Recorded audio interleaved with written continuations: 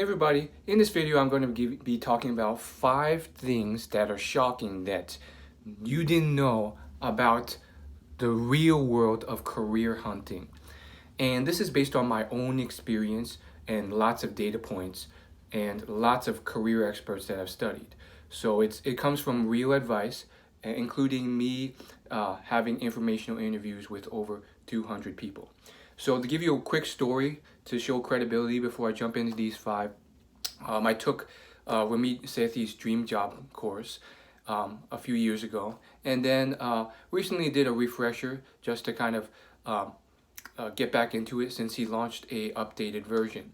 And through that process, he revealed a lot of shocking facts about the job market. And I was able to test out and confirm these facts by doing over 200 informational interviews through his process for reaching out. And they, on their own accord, without me prompting them or insinuating, confirmed these facts on their own through our discussion. And so it's an incredible way for you to really learn about the market, because I know there's a lot of young professionals watching my videos who really want to succeed, and it can get tough, especially in this market. So let's just get down to it. Number 1, the shadow market exists and it's powerful. What is the shadow market? This is not only confirmed by Ramit's course, but various other career gurus I follow who say the same thing and found out about it on their own. Essentially, the shadow market is a hidden job market where sometimes a large portion of the jobs get filled before they're ever posted online or to the outside world. This is a result of human dynamics and companies trying to save costs by not spending all of it on job postings and recruiters and so forth. And so the basic idea is that a lot of jobs are filled before they ever reach the outside world because they tap their internal employees to find referrals and stuff as well. So by just relying on job boards, you're missing out on an entire market out there. Now, some people might feel like, oh, that's unfair, that's biased, and I think that's a very naive, amateur reaction. It's a reaction I've had initially once I first heard about it many years ago, but it is a reaction that isn't fully indicative of the whole thing, because part of it is human interactions, part of it is economics, and then part of it is still legitimate skill set and qualifications. You still have to be able to step up and have all the skills and deliver great work. A lot of these companies are still very picky, so it's not like it's just complete nepotism and they're just going to hire anyone because they know someone. That's not how it works. You have to have the skills, and then you have to work on your networking as well. You have to be on point on all areas. So this is another part that you have to improve and work on. So that gets us to number 2. Referrals are a huge part of the job game. As I said, I had done over 200 informational interviews in recent times, and using LinkedIn, I was able to learn about a lot of people. Some of these interviews were just via email or LinkedIn message because they didn't have time to jump on a Zoom. A smaller portion was through a Zoom or phone call, and I learned more and got more out of those. But nonetheless, what I learned is that a lot of them, I would say, if I had to give a rough estimate, maybe 40 to 60% of them told me on their own accord how important a referral is to getting that job. They said they got their job because someone they knew, whether that was a former boss or a part of some alumni network or a friend or a family member, or usually not a family member, but a friend of a friend, someone they knew referred them into the company, and that pushed them up on the pile of resumes. Here's the truth, guys. If you just apply through the front door with a bland resume, you're sitting there with a generic resume in a stack of maybe 200, 300, maybe 500 resumes that may just be easily as generic. You're going to be sifted through, given 2 or 3 seconds, and then you're gone. And so it's a huge issue if you just kind of don't put in the effort. And so having that referral really kind of lifts you up, because everyone's just spamming these crappy resumes and you can get lost in the shuffle. So that's really important. And how do you actually find the right person? Well, that's a topic for another video. And what do you do if you have no referrals? Like I basically started from scratch. I didn't have any networking connections or anything. I think I was able to form networking connections from scratch just by reaching out a ton, and eventually finding someone who was kind enough to just do an informational interview, and then coming at it from this point where I'm not asking for a job or showing desperation, but we were just trying to connect with them and learn about the industry and the company.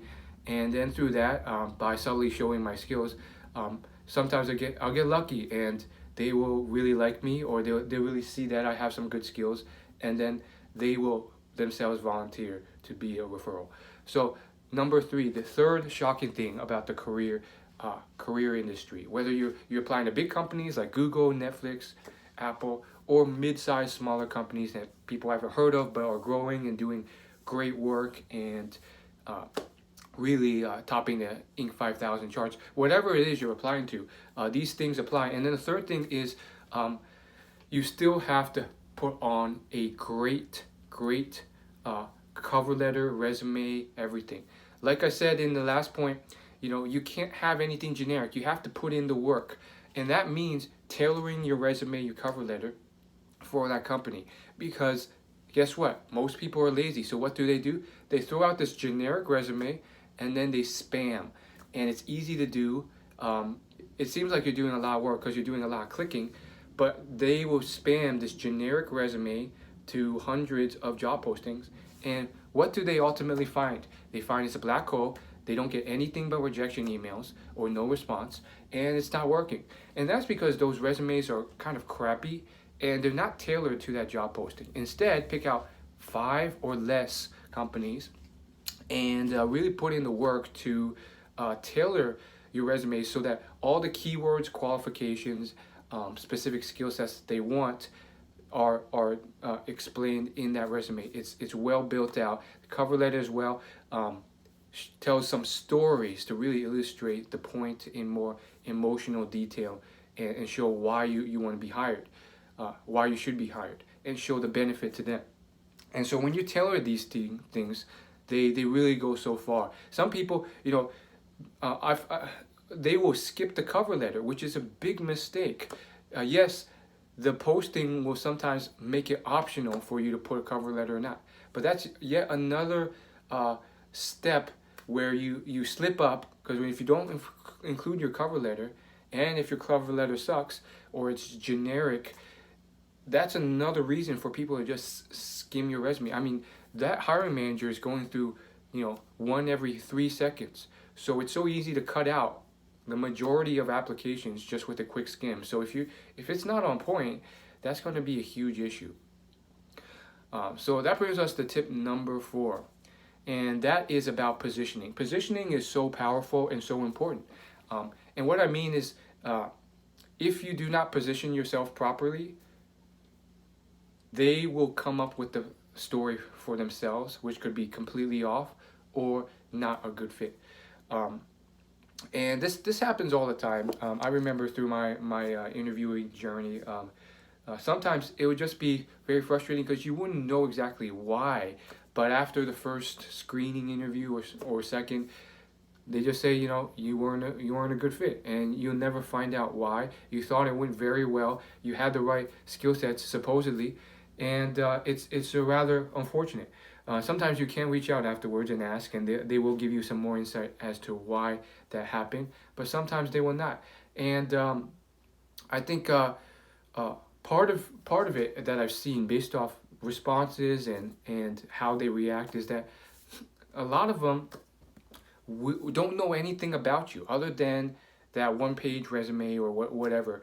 And so, unfortunately, sometimes they will form these stories about you that are sometimes off or inaccurate or it doesn't paint you in the best picture.